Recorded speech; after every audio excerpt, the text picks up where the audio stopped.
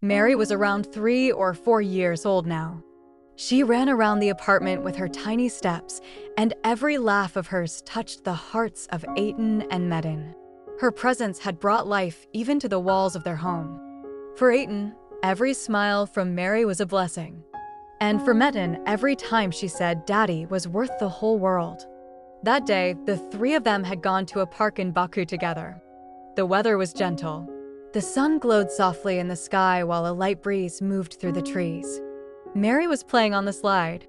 Every time she slid down, she burst into laughter and immediately ran back up again. Metin chased after her, sometimes pretending to catch her, sometimes letting her escape on purpose. "You're caught." "No, Daddy. I got away." Mary's voice was the happiest melody in the park. Aiton sat on a bench nearby, quietly watching them. There was a peaceful smile on her face. Only one sentence echoed in her heart. "Thank God." Leaving the park. It was late afternoon. The sun had begun to lower, painting the park in shades of gold. The 3 of them slowly walked toward the exit. Mary was talking nonstop, hopping along with her tiny steps. Then suddenly, she stopped. She raised her little finger and pointed ahead. "Mom, Dad, look at those girls." Aiton and Metin turned at the same time. And in that moment, it felt as if time itself had slowed down. Near the garbage containers stood 2 little girls. Their clothes were old and dirty. Their hair was tangled, their faces covered with dust. But the most striking thing was their eyes. Eyes filled with fear, yet somehow already used to it. With their tiny hands, they searched through the trash for something to eat. Food, just a little food. The smile faded from Mary's face. Her brows tightened. Her eyes filled with tears. "Mom, why are they taking food from the trash?" Aiton couldn't answer. Her throat tightened painfully. Mary spoke again, this time more softly. "Can we give them some too? I can share my food." A mother's heart aches. Aiton's chest tightened. And suddenly, the memory of that night years ago flashed before her eyes. A box, a baby, a desperate silence. She took a deep breath, then slowly walked toward the children. Her voice softened gently. "Girls, what are you looking for here?" The children flinched and stepped back.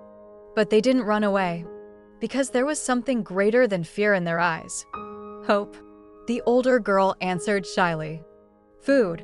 Aiton knelt down to their level. "Where are your mother and father?" The girl lowered her head. "They're gone. They died." The words were short and calm, but unbearably heavy. "We had an uncle, but he didn't want us. He threw us out of the house." Aiton's eyes filled with tears. "Then, where do you stay?" The little girl shrugged quietly. "Sometimes on the street, sometimes we don't know." A moment of decision. Medin stood a little farther back, silently watching everything. Then his eyes met Aiton's, and he recognized that look. It was the same look from years ago. The decision had already been made. It simply hadn't been spoken aloud yet. Mary slowly walked beside Aiton and held her hand. "Mom, let's not leave them here, okay?" That sentence was the heaviest decision ever spoken from the pure heart of a child. Aiton closed her eyes, and in that moment, she understood. This was not only the story of 2 lost children. This was their test. Sometimes, a day that begins in a park changes the destiny of an entire family.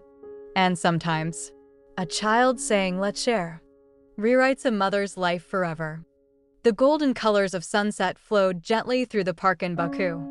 Light slipped between the trees, falling in scattered pieces across the grass, painting everything in warmth and peace. Mary ran around laughing joyfully.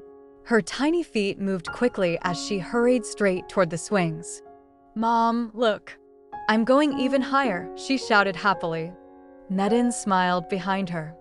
"Careful now, no falling." Aiton stood a little farther away, quietly watching the 2 of them. There was peace in her eyes. A silent gratitude rose inside her heart. These moments were the moments they had dreamed of most. The park was wrapped in calm silence. But suddenly, that silence broke. Mary stopped in place. She frowned slightly, tilted her head, then pointed ahead. Mom, Dad, look. Aiton and Metin turned toward where she was looking. And in that instant, the piece inside them turned into something heavy. Behind the garbage containers stood two little girls. They were bent toward the ground, reaching their hands into boxes, searching for leftover scraps of food. Their clothes were dirty. Their hair was tangled. But it was their eyes that spoke the loudest. Fear, hunger, and a loneliness they had already learned to live with. Aiton slowly walked toward them. Her steps were careful, as if she didn't want to frighten them. Girls, she said softly. What are your names?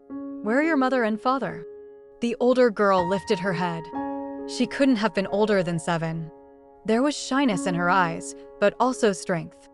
We don't have a mother or father anymore, she said quietly. They died a long time ago. The younger girl held tighter onto her sister's skirt. She didn't even dare lift her head.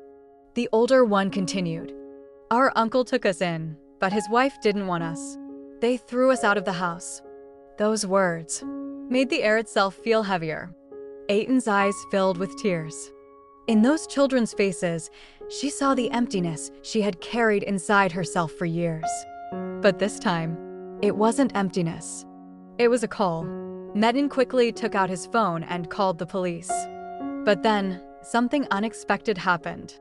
Mary slowly walked toward the girls. Without fear, she sat beside them and gently held their small hands. Don't be scared, she said in her innocent voice. My mom is very kind, and my dad too. They won't leave you alone. Those words were the purest form of trust a child could give. When the police arrived, the girls became frightened again. They stepped back nervously. After a brief inspection, one of the officers spoke. We need to take the children into state care. Aiton immediately stepped forward. No, please. The officer turned toward her. Ma'am, this is procedure. Aiton's voice trembled, but her eyes stayed firm. These children have already been abandoned once. Please, don't leave them alone again. She paused for a moment before continuing. They could have a home with us. Metin stepped beside her. We'll begin every legal process necessary. But tonight, please don't make them spend another night alone. The officers exchanged glances. After a short discussion, they finally nodded. For now, they may stay with you temporarily for a few days. The first ride home. When they got into the car, the two little girls sat quietly in the back seat. Mary sat between them. The younger girl was still nervous, but she never let go of Mary's hand. The older one stared silently out the window, but this time there was something in her eyes stronger than fear. Possibility. As the car moved through the evening streets of Baku, the silence slowly began to soften. Mary smiled brightly. You're coming to our home now, the younger girl whispered quietly. They won't send us away again, right? Without even thinking, Mary answered. No. In the front seat, Aiton closed her eyes. A single tear rolled down her cheek. Metin tightened his grip on the steering wheel, because both of them felt the same thing. This wasn't simply helping someone. This was the opening of destiny itself. Sometimes, under golden sunset light, two little girls appear in front of you, and suddenly you understand. Some children are not accidents. They are written directly into your heart. If you enjoyed this story, don't forget to hit the like button and subscribe to the channel. Adventure, mystery, drama, and a little bit of horror, stories of every kind are waiting for you. Do you love stories full of surprises? Then subscribe and don't miss a single twist or hidden secret.